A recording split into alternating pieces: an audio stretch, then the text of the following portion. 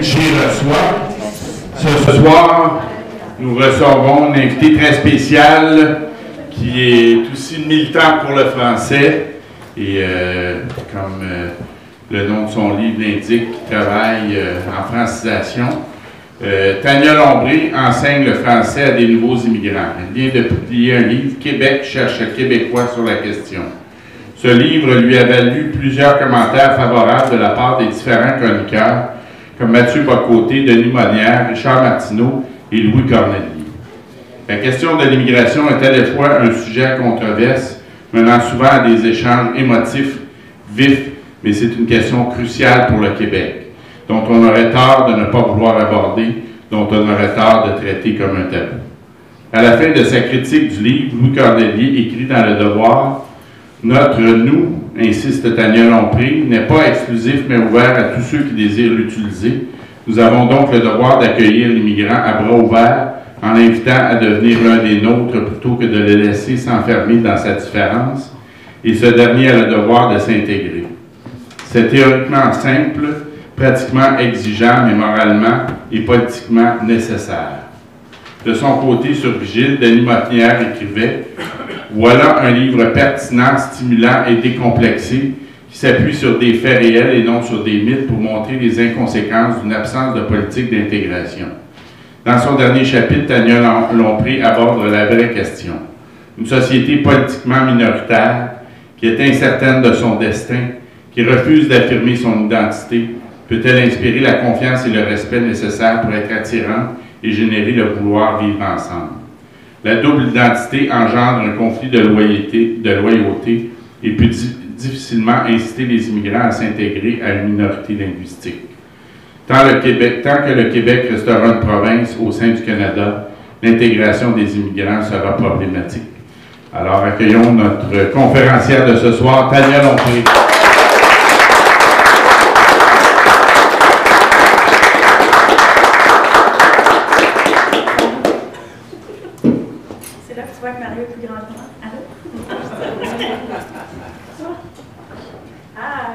Bonsoir tout le monde. Donc, merci d'être ici ce soir.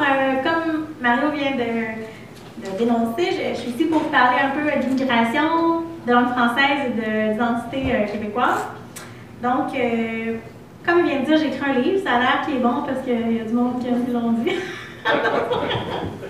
Mais je vais vous parler de pourquoi, dans le fond, on écrit un livre sur l'immigration.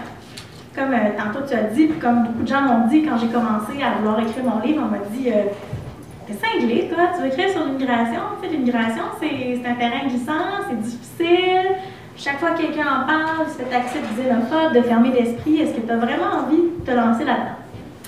Je dis « Écoute, premièrement, j'ai pas peur des critiques étranges parce que ce serait un peu bizarre que quelqu'un qui a étudié en immigration soit raciste. Hein? Moi, j'ai fait ça parce que mon désir, c'était d'intégrer les gens. Puis, qu'en plus de ça, je suis moi-même la fille d'une migrante et la petite fille d'une migrante. Donc, ma maman est née en Italie et toute ma famille maternelle. Donc, j'étais, je pense, bien placée de par le fait que j'étais sur le terrain et parce que je connaissais aussi mieux l'immigration de l'intérieur pour en parler un peu. Enseigner aux immigrants, c'est, je pense, le plus beau métier du monde. Hein? Enseigner sa culture, devenir un passeur de culture, enseigner sa langue, c'est quelque chose, c'est comme un peu travailler au service de ses passions. Moi, j'étais une grande passionnée de la langue française, de l'identité, des cultures diverses. Donc, je me suis dit, ben, qu'est-ce que je pourrais faire? Je vais faire ce que quelqu'un a fait avec ma propre famille. Je vais intégrer des nouveaux arrivants. Par contre, enseigner en immigration, c'est là que tu te rends compte que le système d'immigration au Québec n'est pas tout à fait extraordinaire. On peut penser que tout va bien, qu'on intègre bien nos immigrants, mais c'est un peu faux. Hein? On n'a pas vraiment de politique d'intégration des immigrants adéquate, je pense, au Québec présentement. Et comme personne ne le dénonçait, je me suis dit, ben, on n'est jamais mieux servi que par toi-même, donc je vais en parler. Enseigner l'immigration, c'est voir de près toutes les problématiques que cause notre mauvais système d'intégration. Par exemple, voir des gens qui n'ont pas assez de sous, qui vont chercher de l'aide alimentaire, qui vont chercher des vêtements dans les églises, qui doivent rater des cours parce que justement, ils doivent subvenir aux besoins de leur famille. J'ai commencé à me dire, OK, on subventionne mal, même ce qui devrait être le plus fondamental, l'apprentissage du français. En fait, depuis quelques années, le message libéral, là, parce que ça fait, comme vous savez, on a été pris il y a 9 ans avec un gouvernement libéral. J'imagine que personne ici a voté pour eux, donc je me permets de dire qu'on a été pris avec ça. Si oui, je pense que vous êtes trompés d'endroit ce soir. Et on se fait dire depuis des années que nous avons besoin d'immigration, que nous avons besoin d'autant d'immigration et qu'il n'y a pas de problème parce que les immigrants parlent de plus en plus français. C'est pas tout à fait vrai. On nous dit de plus en plus ça parle français. Pourtant, il y a 35% de nos immigrants qui arrivent en 2012 encore aujourd'hui qui ne parlent pas un mot français. Et des 65% qui restent, qui parlent français, il faudrait qu'on explique ce que c'est pour les fonctionnaires du gouvernement parler français parce que c'est pas du tout ma définition en tant que linguiste de connaissance des langues. Moi, j'ai des gens qui m'ont dit qu'ils avaient reçu 16 points sur 16 dans la grille de sélection pour la connaissance du français, mais une fois que je les évaluais, je les envoyais au niveau 1. Niveau 1, là, en francisation, c'est connaissance de base, le bonjour, l'alphabet, les chiffres. Pourtant, il y a un fonctionnaire qui avait considéré que cette personne-là était francophone, ou du moins francophile, avec une très bonne connaissance de la langue. C'est un peu aberrant. Donc, on va dire aux gens, ils connaissent le français, par contre, on ne balise pas nécessairement ce que c'est la connaissance du français. Depuis décembre 2011, comme il y a beaucoup de gens qui ont un peu chialé sur le fait que la connaissance du français était un peu inadéquate chez les gens qui étaient supposés parler français, on a commencé à instaurer des examens. Donc, ça fait seulement 1 an que le gouvernement a instauré des examens. Par contre, ces examens-là sont un peu, encore une fois, un peu déficitaires parce qu'on va contrôler la compréhension de l'oral et la production orale, puis on ne va pas du tout attacher d'importance à la compréhension écrite ou la production écrite. Pourtant, ce sont des professionnels qu'on choisit, hein, on va se le dire. Là, la grande majorité de nos immigrants ont plus de 12 ans de scolarité, sont jeunes, sont instruits, ont l'expérience de travail. Donc, ces gens-là, ils viennent pratiquer un métier pour lequel ils devraient avoir une bonne connaissance du code écrit. Par exemple, quand vous êtes ingénieur, infirmière, docteur, enseignant, psychologue, comptable, hein, moi, c'est très rare que je vois des chauffeurs de taxi dans ma classe. Pourtant, il y en a plein qui finissent par faire ça. Donc, c'est un peu aberrant de constater qu'on va chercher des professionnels, qu'on leur promet mer et monde, hein, parce que c'est exactement ça ce qu'on fait. On leur dit au Québec, vous allez travailler, vous allez vous placer, vous allez apprendre le français comme ça, tout va bien aller, puis venez-vous-en, c'est le paradis terrestre. Ben, les gens, une fois qu'ils sont ici, finissent par se dire que le paradis qu'on leur a vendu ressemble plutôt à un mirage. Parce que c'est difficile de s'intégrer linguistiquement, mais pas seulement linguistiquement, économiquement aussi, et culturellement, parce qu'on donne des cours de français, mais on donne pas grand-chose là. En fait, pour le français, moi, c'est ce que je fais dans la vie, je suis enseignante en francisation. Encore une fois, en 2010, le gouvernement libéral a coupé dans la francisation des immigrants, alors que le MIC donnait auparavant un cours de niveau écrit, on ne le donne plus maintenant. On est passé de 30 heures par semaine d'écriture à 9 heures d'écriture qui n'est pas obligatoire. Donc, c'est comme si on disait, ben, on va vous apprendre à parler puis à écouter, là, mais écrire, on s'en fout. Donc, c'est vraiment un peu étrange. Puis même à ça, on leur donne présentement 33 semaines de francisation subventionnée. Quand je parle de subvention, c'est parce qu'on leur donne un salaire de 4 de l'heure. Donc, ils sont 30 heures par semaine avec nous. Ils reçoivent 4 par semaine. 4 de l'heure, 120 je ne sais pas vous, mais moi, avec 120 par semaine, j'ai beaucoup de difficultés à payer mon loyer, mon épicerie. Ces gens-là n'arrivent pas tout seuls. Habituellement, ils ont des familles. Hein, habituellement, ils viennent avec des enfants, avec leur femme, avec leur mari. Puis, ils ont besoin d'avoir un revenu supplémentaire. Parce que même si les nouveaux arrivants viennent ici souvent avec ça va très vite. Hein, vous devez meubler votre appartement. Il y en a qui s'achètent des voitures. Vous devez acheter des vêtements pour l'hiver parce que souvent, vous avez des pays plus chauds. Vous devez refaire votre garde-robe. L'argent va très vite. Hein, même si vous avez 10 000 quand vous arrivez, ça peut prendre un mois ou deux, vous n'en avez plus. Et le gouvernement vous dit, ben, c'est important pour nous que vous appreniez le français, on va vous donner 4 piastres de l'heure. Ça, c'est de l'importance. Donc, on n'est même pas capable d'offrir une subvention adéquate à nos immigrants pour apprendre le français. Donc, c'est très difficile de compétitionner avec le milieu du travail. Comme vous le savez probablement, le salaire minimum est à 9,90 $ présentement. Donc, souvent, entre aller travailler à 9,90 $ de l'heure ou faire 4 $ avec nous, les gens vont se dire, ben, sans parler français, je peux avoir un travail qui va me donner 2 fois plus d'argent.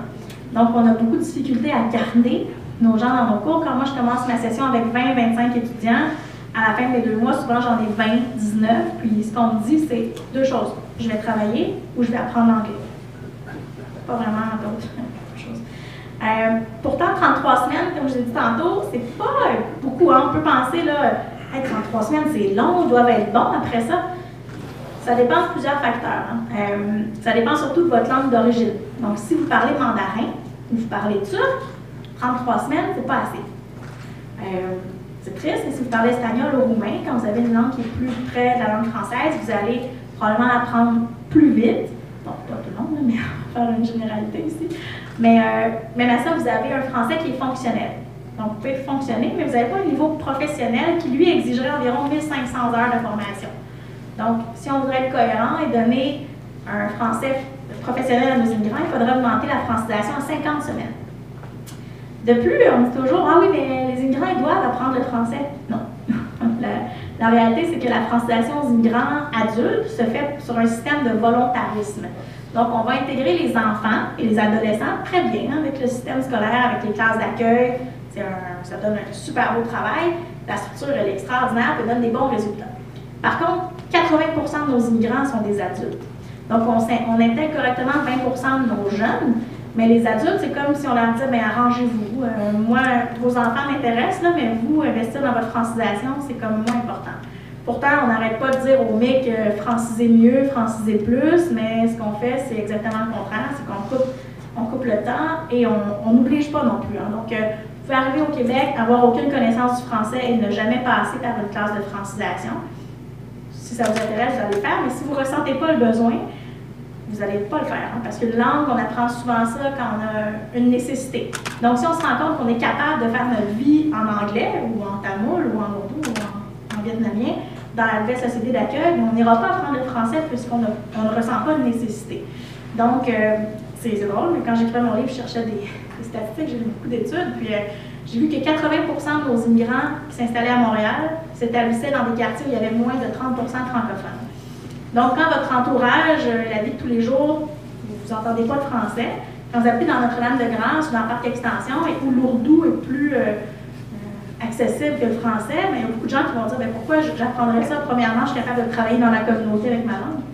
Mes enfants vont à l'école puis ça va bien. Mes enfants apprennent le français, j'ai une paire de traducteurs quand je peux, puis moi, je réussis à me débrouiller sans parler la langue. » Donc, c'est très difficile parce qu'on se dit « OK, on veut les intégrer ou on ne veut pas? » Puis là, il y a plein de gens qui me disent « Ah, mais obliger la francisation, c'est extrême. » Ouais. Moi, ce que je veux faire en donnant des cours de français, c'est d'intégrer les gens adéquatement. Quand vous êtes ingénieur, vous n'apprenez pas le français, vous n'allez pas faire votre examen de l'ordre, vous ne le réussirez pas et vous ne serez jamais ingénieur ici, alors que l'objectif, c'est totalement le contraire, c'est de faire en sorte que vous puissiez pratiquer votre profession. On parle de français, mais on ne parle jamais assez, selon moi, d'intégration culturelle et d'intégration économique. Pourquoi un immigrant change de pays? Souvent parce que sa vie dans son pays ne le satisfait pas. On ne décide pas de quitter son pays parce que c'est le fun. Souvent, c'est parce qu'on manque d'espoir, il n'y a pas assez de travail, on se dit « je vais aller chercher une meilleure qualité de vie ailleurs ». Donc, qu'est-ce que nos beaux fonctionnaires font? C'est qu'ils disent aux gens « bien, moi j'ai besoin de 55 000 immigrants », donc leur disent que ça va bien aller. Vous êtes pharmacien, monsieur, vous allez voir, ce ne sera pas trop long, vous allez pratiquer. Ah, vous êtes sûr? Oui, peut-être que vous allez faire un cours ou deux à l'université, puis après, vous allez vous intégrer au système du travail. C'est pas vrai. Surtout, bon, il y a les ententes avec la France, mais il y en a très, très peu ailleurs. Et ce qu'on fait, c'est qu'on leur dit exactement le contraire. Donc, moi, j'aimerais vraiment ça que les fonctionnaires à l'immigration commencent à dire la vérité aux immigrants et que les gens puissent prendre une décision en connaissance de cause. Ça se peut que vous retourniez 4 ans à l'université. Est-ce que vous êtes prêt à faire ça? Oui, d'accord, mais c'est pas ce qu'on fait. Donc, moi, au fil des années, je vois peut-être 300 immigrants par année dans mes classes. Puis à chaque fois, j'essaie de garder un contact. Est-ce que vous retournez à l'université? Est-ce que non, madame, finalement, je vais faire ma DEP parce que j'ai pas de sous. Donc, la réalité, c'est un peu ça. C'est qu'on dit aux gens, vous voulez pratiquer, vous devez continuer votre formation universitaire, vous devez la recommencer même plusieurs fois. Mais 4 ans d'université pour quelqu'un qui n'a pas nécessairement de moyens, c'est très difficile, surtout quand vous avez une famille à faire vivre. Donc, qu'est-ce qu'on voit? C'est des ingénieurs qui vont aller faire des DEP en assistant quelque chose, ou des pharmaciens qui vont faire un DEP en assistant de pharmacie, Moi, l'année dernière, j'avais un couple de Cubains qui étaient venus avec, dans l'espoir de pratiquer leur métier ici, qui étaient tous les deux médecins, d'une podiatre et un neurologue. Ça fait 2 ans qu'ils essaient d'entrer dans les ordres ou de trouver un stage, puis ça se fait pas. Pourtant, le système de santé cubain, il n'y a personne qui va venir me dire que c'est un mauvais système. Hein. C'est un très, très bon système, peut-être même meilleur qu'ici. Mais les gens qui sont ici, qui veulent travailler, qui parlent français, parce que moi, ce couple-là, je les ai suivis jusqu'au niveau écrit, ils sont très bons, ils écrivent très bons, des professionnels qui veulent. Puis qu'est-ce qu'on leur dit? Bien, monsieur, vous devez recommencer votre médecine. Donc, quand vous avez 40 ans, retourner 8 ans à l'université, ça ne vous intéresse pas nécessairement. Vous n'avez pas le temps et vous n'avez pas les moyens de faire ça. Donc, qu'est-ce qu'ils font aujourd'hui? Mes 2 médecins, j'en ai une qui a fait un DEP en assistante technique dentaire et un monsieur qui travaille à la maintenance dans un maxi. Moi, quand je vois qu'un neurologue fait des boîtes dans un maxi, ça me fait cœur. Puis j'ai vraiment hâte, là, moi qui est une amoureuse du Québec, je me dis, j'ai tellement hâte que le Québec donne plus que ça. Vraiment, là, à ces nouveaux arrivants. On parle aussi de culture, hein, parce qu'on ne se cachera pas que nos plus grands bassins d'immigration sont soit l'Afrique du Nord ou la France. Par contre, on pense là, un peu à tort que tous ces gens-là parlent français. Au point de vue alphabétisation, par exemple, beaucoup de femmes qui entrent ici, le monsieur est scolarisé, parle bien français, madame souvent n'a pas fréquenté souvent l'école et on se retrouve avec beaucoup de classes d'alphabétisation, francisation à Montréal présentement. Il y en a beaucoup plus qu'il y en avait auparavant. Donc, des gens à qui on doit apprendre à écrire, qui ne maîtrisent même pas le code écrit dans leur langue maternelle. Donc, le travail est encore plus grand. Puis, en quelques mois, on n'a pas nécessairement le temps ni les ressources pour en faire des gens qui sont capables d'entrer sur le marché du travail. Donc, ça aussi, c'est difficile. Puis, on oublie aussi que des fois, la langue, elle est la même, mais la culture, elle est différente. C'est pas parce que vous parlez français que vous êtes congolais, togolais, algérien, québécois, suisse, belge, français. Une langue peut donner naissance à plusieurs cultures. Par contre, les gens qui parlent déjà français, on ne leur donne pratiquement pas de ressources à l'immigration. Donc, des fois, il y a des gens qui... Moi, j'en ai vu de toutes sortes. Il y a des gens qui me disent « Madame, j'ai vu 2 gars s'embrasser » ou « Comment ça que vous avez une maison et que vous n'êtes pas mariés » ou « Comment ça se fait que vous conduisez une auto ?» Tu sais, je veux dire, des choses, des fois, auxquelles on ne pense pas, puis ou des gens à qui on doit donner, des gens qui sont pleins de bonne volonté, mais à qui on ne donne pas assez d'informations. Plein de gens qui me disent « Oui, mais ils n'ont pas Internet dans leur pays, ils ne peuvent pas un peu s'informer de comment ça marche ici. » Bien, la vérité, c'est qu'il y en a plein qui le font, mais il y en a plein qui sont tellement emballés par leur projet que tout ce qu'ils vont prendre, c'est ce que le fonctionnaire va lui donner.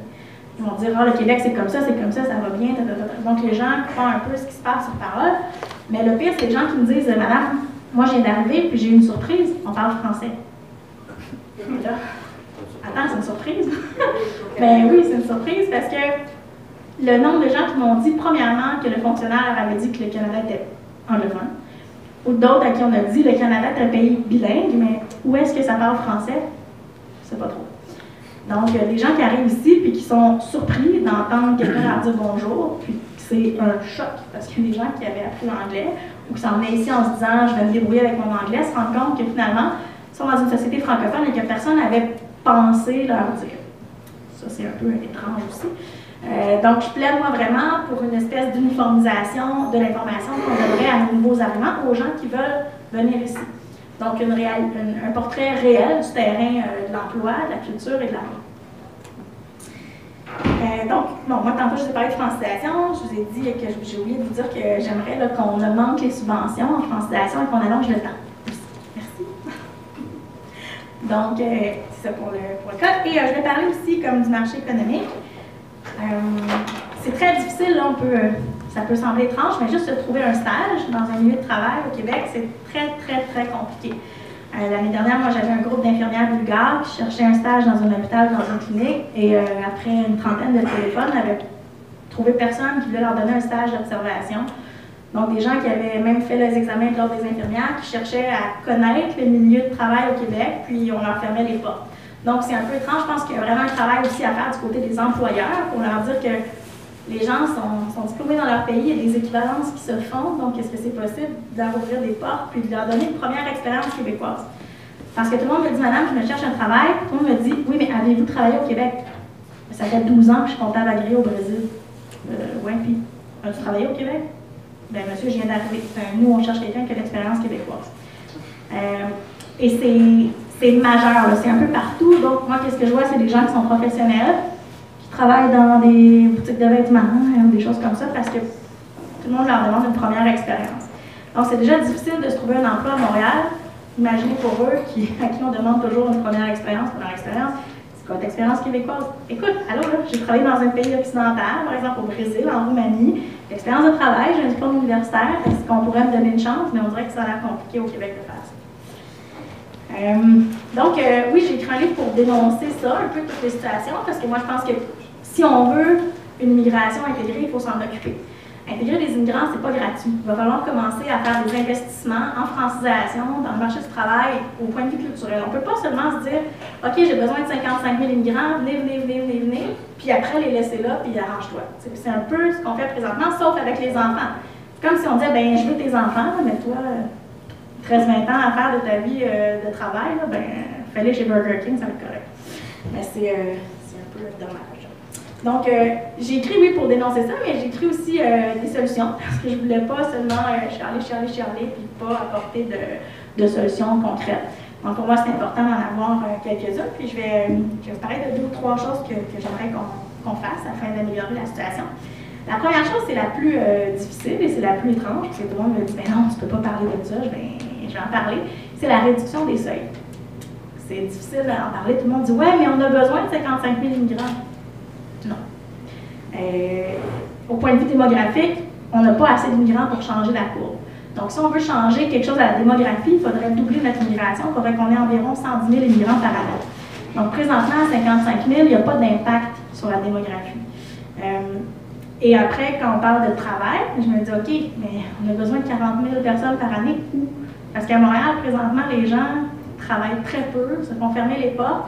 Ah oui, mais on a 40 000 emplois en Abitibi pour les 10 prochaines années. OK, super. D'abord, on va aller investir en régionalisation de l'immigration. On va outiller ces gens-là pour quitter Montréal et les aider à s'installer ailleurs. Mais les chiffres réels, c'est 48 immigrants à Chicoutimi en 2012 à peu près. Donc, les programmes existent, mais on les utilise très, très peu. Donc, il y a des organismes de régionalisation de l'immigration dans chaque région du Québec, sauf dans le nord du Québec. Mais pour les 16 autres régions, on a des organismes. Par contre, les gens doivent trouver eux-mêmes leur clientèle. Donc, il n'y a absolument rien au niveau gouvernemental qui est fait pour diriger les gens là où il y a de l'emploi.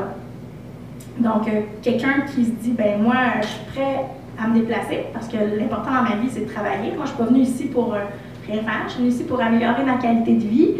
Donc, oui, si on me donne un emploi d'ingénieur à Rimouski, je vais y aller. Par contre, les gens ne sont pas informés, le ministère ne les informe pas de ça. Puis la seule façon de le faire, c'est soit que dans vos classes, en tant que gens qui travaillent en francisation, vous faites venir les organismes, ou la Bibliothèque nationale fait des journées où les régions viennent présenter les régions aux immigrants. Par contre, ces gens-là doivent avoir fait une démarche personnelle avant, soit avec la bibliothèque ou soit avec Promis ou Alpa, qui sont 2 organismes qui aident à la régionalisation à Montréal. Par contre, très peu de gens qui sont au courant. Donc, on essaie de faire bouger les gens, mais on ne le fait pas. La réalité, c'est que 88 % de nos immigrants en 2012 se sont installés sur l'île de Montréal, ou en très, très proche périphérie, là, c'est strictement Laval et Brossard. Donc, on a très peu d'immigrants qui s'installent à l'extérieur. Pourtant, on a besoin d'eux, on a besoin de professionnels ailleurs. Puis, moi, je suis allée en fin de semaine au Saguenay pour parler de régionalisation de l'immigration, justement. Puis les gens disaient, bien, envoyez-nous-en, on a de la job, on aime le monde, ça nous tente. 48 en 2012, c'était là. Wow, OK, sur 55 000 immigrants, il y a 48 personnes qui sont arrivées ici. C'est plate parce qu'ils disaient, écoute, on aurait de l'emploi ici pour 2 000 à 3 000 personnes par année, mais on n'en a pas. Donc, on nous dit qu'on a besoin de l'immigration pour combler des lacunes au niveau des emplois. Par contre, les régions, on a besoin d'employés, mais on n'attire pas les gens là-bas. De plus, les systèmes d'intégration des immigrants au Québec fonctionnent avec 3 ministères. Le ministère de l'Éducation, le ministère de l'Immigration et le ministère de l'Emploi et de la Solidarité sociale. Quand vous êtes un immigrant qui ne parle pas français, qui ne parle pas anglais, hein, c'est un peu faux de penser que tous nos immigrants parlent anglais. En fait, en Europe de l'Est, ou en Amérique du Sud, ou au Maghreb, il y a très peu de gens qui parlent anglais. Moi, au début, il y a des gens qui me disaient, mais tu fais quoi avec tes immigrants? Au début, tu leur parles en anglais? Pourquoi? Ils ne comprennent pas.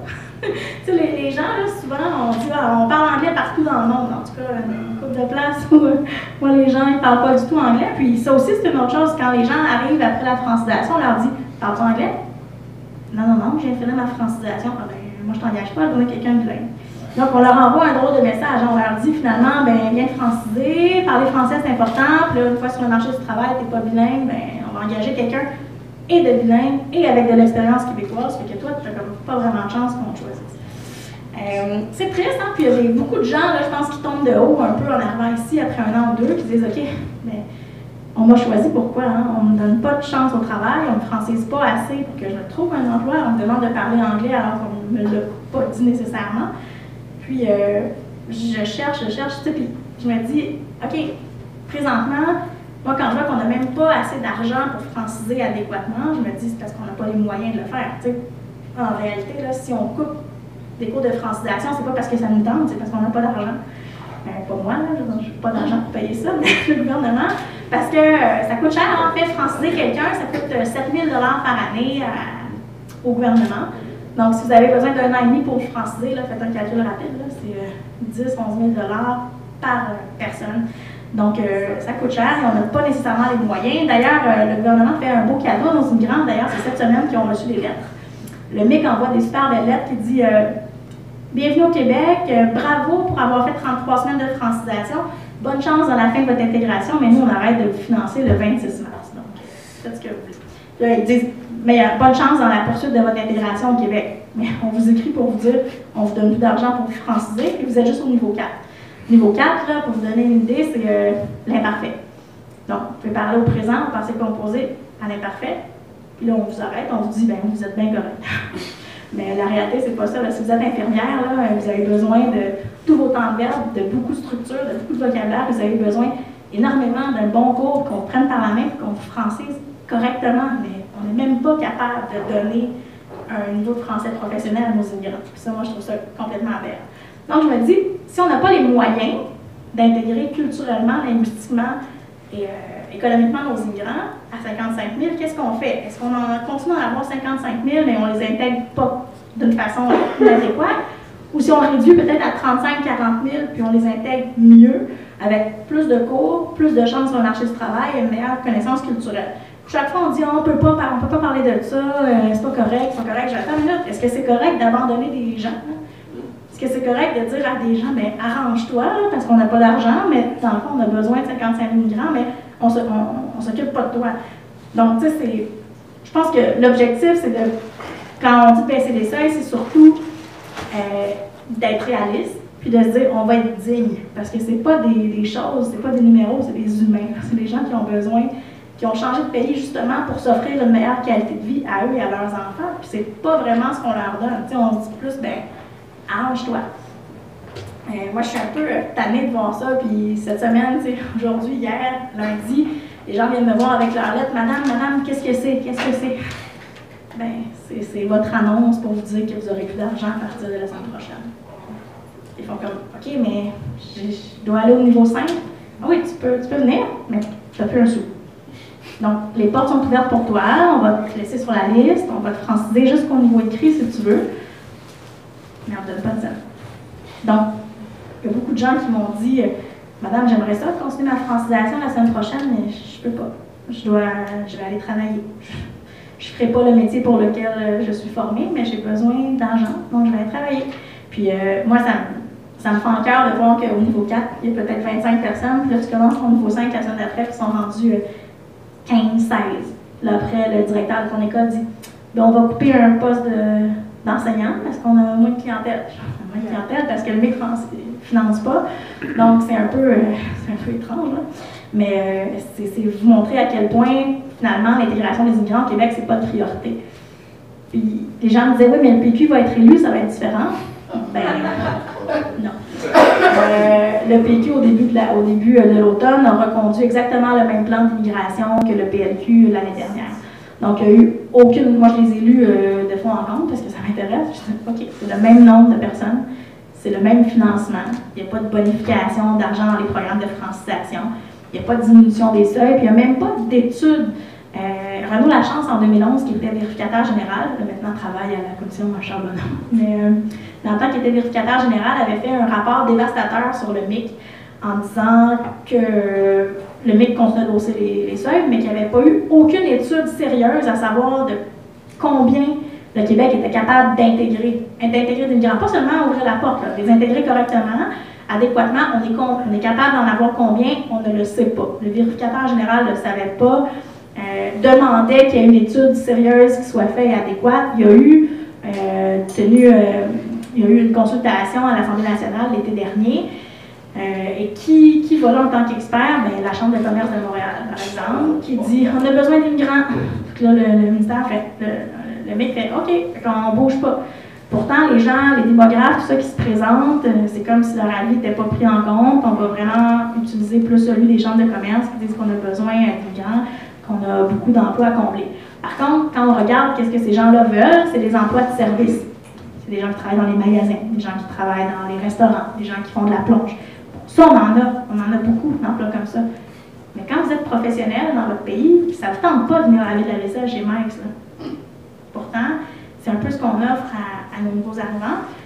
Pourtant, on les sélectionne pour leur profession. Tu sais, les gens qui sont laveurs de vaisselle en série, on ne les accepte pas. Ils ne réussissent pas à passer la grille de sélection. Mais le médecin, lui, oui. Donc, on va chercher des gens super instruits, qui ont beaucoup d'expérience de travail, pour leur offrir des emplois, finalement, dont personne ne veut ici. Les Québécois ne veulent pas, donc on a besoin d'immigration, mais on va les chercher le plus professionnel possible pour finalement leur offrir des conditions dont on ne veut pas ici. Quand vous avez 3 ministères qui s'occupent de vous, que vous parlez turc et que vous ne comprenez pas ce qui se passe, c'est vraiment, vraiment difficile de vous retrouver dans les dédales de l'administration au Québec. Vous appelez au MIC, vous essayez de parler à quelqu'un, ça ne se fait pas, vous voulez rencontrer un agent, c'est difficile, vous appelez à... C'est compliqué, là. Moi, je ne sais pas combien de fois je passe mes pauses. En fait, je suis supposée avoir des pauses de 15 minutes, je ne les prends pas. Donc, je passe mon temps au téléphone à appeler à la SAQ, au ministère de ci, au ministère de ça, parce que les gens ne comprennent pas. On n'a même pas, au Québec, même si on a 55 000 migrants par année, on n'a même pas de guichet unique. Ça, c'est demandé par tout le monde, là.